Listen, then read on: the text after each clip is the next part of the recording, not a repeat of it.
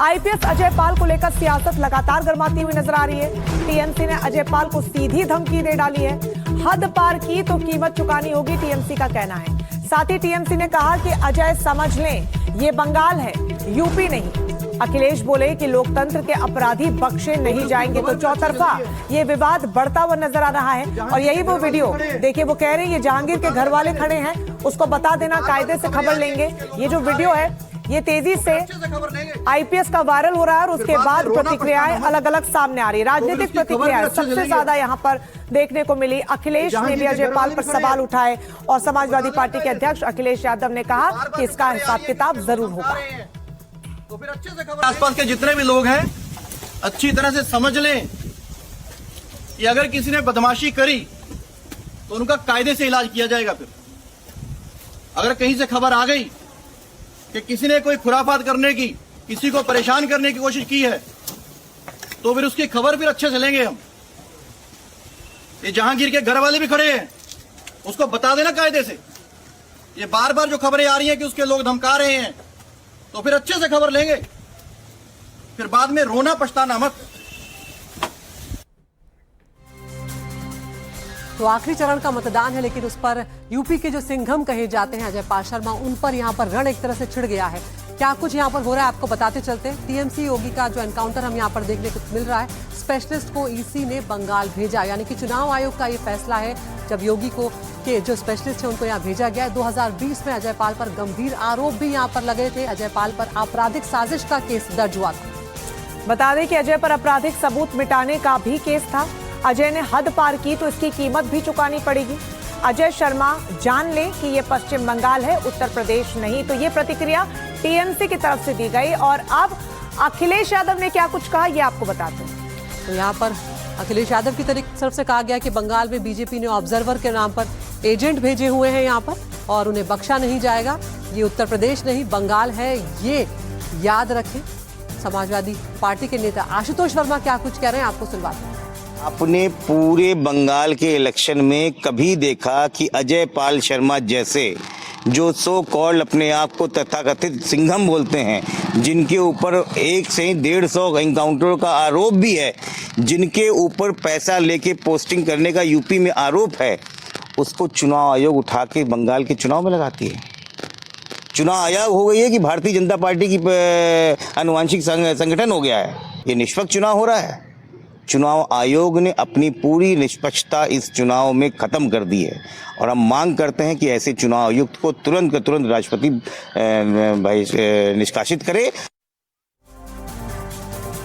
तो तमाम प्रतिक्रियाएं सामने आ रही है। ऐसे में आप ये समझिए कि आईपीएस अजय पाल पर विवाद आखिरकार क्यों खड़ा हुआ, ये हम एक एक करके आपको बताते हैं। देखिए, सबसे पहले तो सोशल मीडिया पर जो वीडियो थोड़ी देर पहले हमने आपको दिखाया वो तेजी से वायरल हुआ, उसके बाद ये विवाद बढ़ा। अजय पाल ने टीएमसी उम्मीदवार जहांगीर खान को सीधी चेतावनी दी कि अच्छे से हिसाब किताब होगा, ये उन्होंने धमकी दे डाली। तो टीएमसी ने अजय पाल के वीडियो पर कड़ी आपत्ति जताई है और क्या कुछ यहाँ पर कहा गया ये भी हम आपको बताते हैं। टीएमसी ने अजय पाल की नियुक्ति को लेकर इलेक्शन कमीशन पर ही सीधे सवाल खड़े कर दिए हैं। साथ ही पुलिस अधिकारी खुलेआम उम्मीदवार के परिवार वाले को कैसे धमका रहा है, ये टीएमसी ने बड़ा आरोप यहाँ पर लगाया है। प्रतिक्रियाएं अलग अलग लगातार सामने आ रही हैं। समाजवादी पार्टी की तरफ से भी लगातार यहाँ पर प्रतिक्रियाएं सख्त दी जा रही हैं, जिसमें आप देखिए कि अखिलेश यादव ने भी ये कह डाला है कि अच्छे से हिसाब किताब होगा और दीदी ही बंगाल में वापस आएंगी। बिल्कुल, और हमारे 2 सहयोगी पश्चिम बंगाल से हमारे साथ जुड़ रहे हैं, मनोज्ञा लोईवाल और ऋतिक मंडल। मनोज्ञा, यहाँ पर अजय पाल को लेकर एक विवाद जिस तरह से छिड़ा है, तमाम राजनीतिक प्रतिक्रियाएं यहाँ पर सामने आ रही हैं और एक तरह से ये मुद्दा पूरी तरह से राजनीतिक रूप ले चुका है। यहाँ पर समाजवादी पार्टी और टीएमसी एक साथ नजर आ रहे हैं और वो सीधे तौर पर ये कह रहे हैं कि बाद में हिसाब लिया जाएगा। धमकियां, चेतावनियां यहाँ पर दी जा रही है। मनोज्ञा, देखिए, जो चेतावनी दी है अजय पाल शर्मा ने जाकर, उसे चेतावनी के तौर पर वहां जाकर देखा जाएगा, क्योंकि वो चुनाव आयोग की तरफ से अपॉइंट किए गए हैं और वहां जाकर जिसे वो धमका रहे थे या चेतावनी दे रहे थे, उनका नाम है जहांगीर। जहांगीर दरअसल तृणमूल कांग्रेस के इस बार के उम्मीदवार हैं फलता से, लेकिन उससे ज्यादा उनकी भूमिका है तृणमूल कांग्रेस में, और पार्टी जब उनके साथ खड़ी है तो इस तरह के रिएक्शंस आने लाजमी हैं।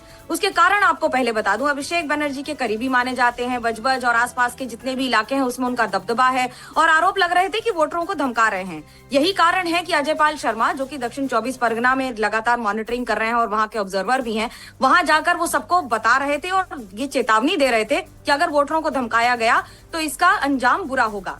पर ये अब राजनीतिक तूल पकड़ चुका है, क्योंकि उत्तर प्रदेश से ये अधिकारी हैं, उत्तर प्रदेश के एनकाउंटर स्पेशलिस्ट हैं, और जो आरोप उन पर लगे हैं उनमें कई सारे आरोप हैं, जिसमें तृणमूल कांग्रेस ने उनके कई पुराने और पर्सनल वीडियो तक ट्वीट कर दिए हैं, और ये कहकर कि ये तृणमूल कांग्रेस बंगाल की है, आप ठंडा ठंडा कूल रहिए, ये उत्तर प्रदेश नहीं है, ये बंगाल है। और उत्तर प्रदेश में भी अब समाजवादी पार्टी विरोध कर रही है, ये कहते हुए, जो कि विपक्ष में सबसे बड़ी पार्टी है, कि जो आरोप लगे हैं उसका खंडन नहीं, उसके साथ खड़ी है, और ये कहकर कि जिस तरह से उत्तर प्रदेश में उन पर आरोप लगे हैं, शायद वही आरोपों के तहत अब तृणमूल कांग्रेस, जो कि पश्चिम बंगाल में सत्ता में है, अब आवाज उठा रही है और साफ कह रही है कि आपका भी हिसाब किया जाएगा। बिल्कुल, प्रतिक्रियाएं तो मनोज्ञा लाजमी है सामने आना, और ये हम शुरुआत से ही देख रहे हैं जब से चुनाव प्रचार भी हो रहे हैं। ऋतिक भी हमारे साथ है। ऋतिक, इसका कानूनी एंगल भी मैं आपसे समझना चाहूंगी, क्योंकि पर्यवेक्षक के तौर पर वो वहां पर मौजूद हैं।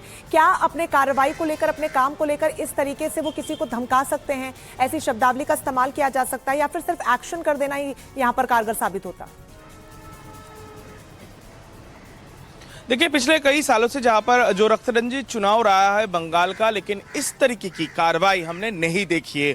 सख्ती बरतने की बात हो रही है। पहली चरण में जो मतदान हुआ है उसमें लाजमी तौर पर बड़ा कोई जो हिंसक घटना नहीं हुई है, लेकिन ये जो वीडियो जो वायरल चल रहा है, इसका असर दूसरे और आखिरी चरण में क्या पड़ेगा, ये अंदाजा हम तभी लगा पाएंगे जब इसके नतीजे आएंगे। लेकिन मैं आपको बता दूं कि इसको लेकर तृणमूल कांग्रेस जो है पुरजोर इसका विरोध कर रही है। बाकायदा तृणमूल कांग्रेस की तरफ से इस वीडियो को लेकर एक प्रेस कॉन्फ्रेंस बुलाया गया, और ये भी कहा गया है उनके जो प्रवक्ता है उनकी तरफ से कि इस जो आईपीएस ऑफिसर है, जो दबंग आईपीएस ऑफिसर है, जो सिंघम के नाम पे उत्तर प्रदेश से जाना जाता है, तो कहीं ना कहीं वो कह रहा है कि इसके खिलाफ कानूनी कार्रवाई होगी, बाकायदा यहाँ पर आरोप दर्ज करवाया जाएगा, एफआईआर लॉन्च करवाएंगे तृणमूल कांग्रेस की तरफ से, और इसके खिलाफ चार्जशीट भी होगी। लेकिन कहीं ना कहीं मैं जो समझ रहा हूँ, तृणमूल कांग्रेस इसके जरिए बंगाल के जो आधी बंगाल के जो लोग हैं कल मतदान करने जाएंगे, उसको समझाने की कोशिश कर रही है कि कहीं ना कहीं यहाँ पर बंगाल के ऊपर दबाव पैदा करने की कोशिश की जा रही है। इसी नैरेटिव के साथ वो आगे बढ़ रहे हैं। अब देखने वाली बात होती है इसका असर क्या होता है। बिल्कुल ऋतिक और मनोज्ञा, आप यहाँ पर हमारे साथ बने रहिए, लेकिन ये मामला लगातार रंजना तूल पकड़ता जा रहा है। बिल्कुल, और ये मामला तूल पकड़ रहा है, इसके बाद प्रतिक्रियाएं सामने आ रही है। अब इसका ग्राउंड जीरो पर क्या एक्शन देखने को मिल रहा है, हालात कैसे बने हुए, इस पर इस खास रिपोर्ट को आपको दिखाते हैं।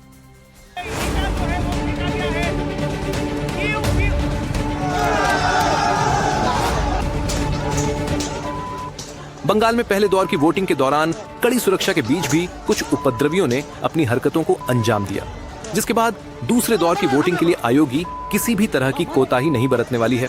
ऐसे में आयोग ने यूपी से आईपीएस अजय पाल शर्मा को दक्षिण 24 परगना के लिए पुलिस पर्यवेक्षक के रूप में नियुक्त किया है, और इस नियुक्ति के साथ ही वो विपक्ष के सियासी हमलों के निशाने पर आ गए। दरअसल प्रचार के अंतिम दिन टीएमसी के उम्मीदवार जहांगीर खान के ठिकानों पर अजय पाल छापेमारी करने पहुंचे। जहांगीर खान पर बीजेपी के पूर्व अध्यक्ष जेपी नड्डा पर बंगाल में पथराव कराने का आरोप है,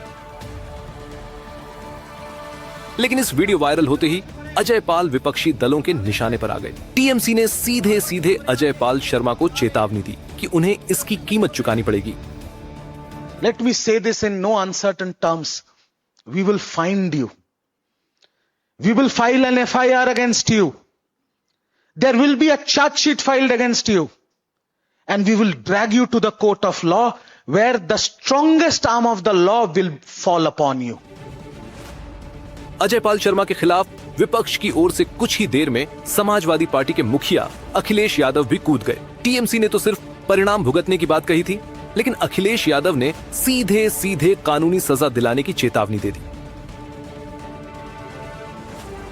पश्चिम बंगाल में बीजेपी ने रामपुर और संभल में आजमाए हुए एजेंटों को पर्यवेक्षकों के वेश में तैनात किया है। हालांकि यह चाल नाकाम साबित होने वाली है। उचित समय आने पर बीजेपी और उसके सहयोगियों से जुड़े इन एजेंटों के सभी आपराधिक कृत्यों की गहन जांच शुरू की जाएगी और उनके खिलाफ कड़ी से कड़ी दंडात्मक कार्रवाई की जाएगी। असल में ये लोग सरकारी अधिकारियों का भेष बनाकर एक गैर पंजीकृत संस्था के लिए काम करने वाले गैर पंजीकृत भूमिगत कार्यकर्ता मात्र हैं। हम न तो उन्हें भागने देंगे और न ही उन्हें भूमिगत होने देंगे। मगर टीएमसी के निशाने पर सिर्फ अजय पाल अकेले ऑफिसर नहीं है। टीएमसी सांसद महुआ मोइत्रा ने सोशल मीडिया एक्स पर एक पोस्ट लिखा और नादिया के पुलिस पर्यवेक्षक को निशाने पर लिया।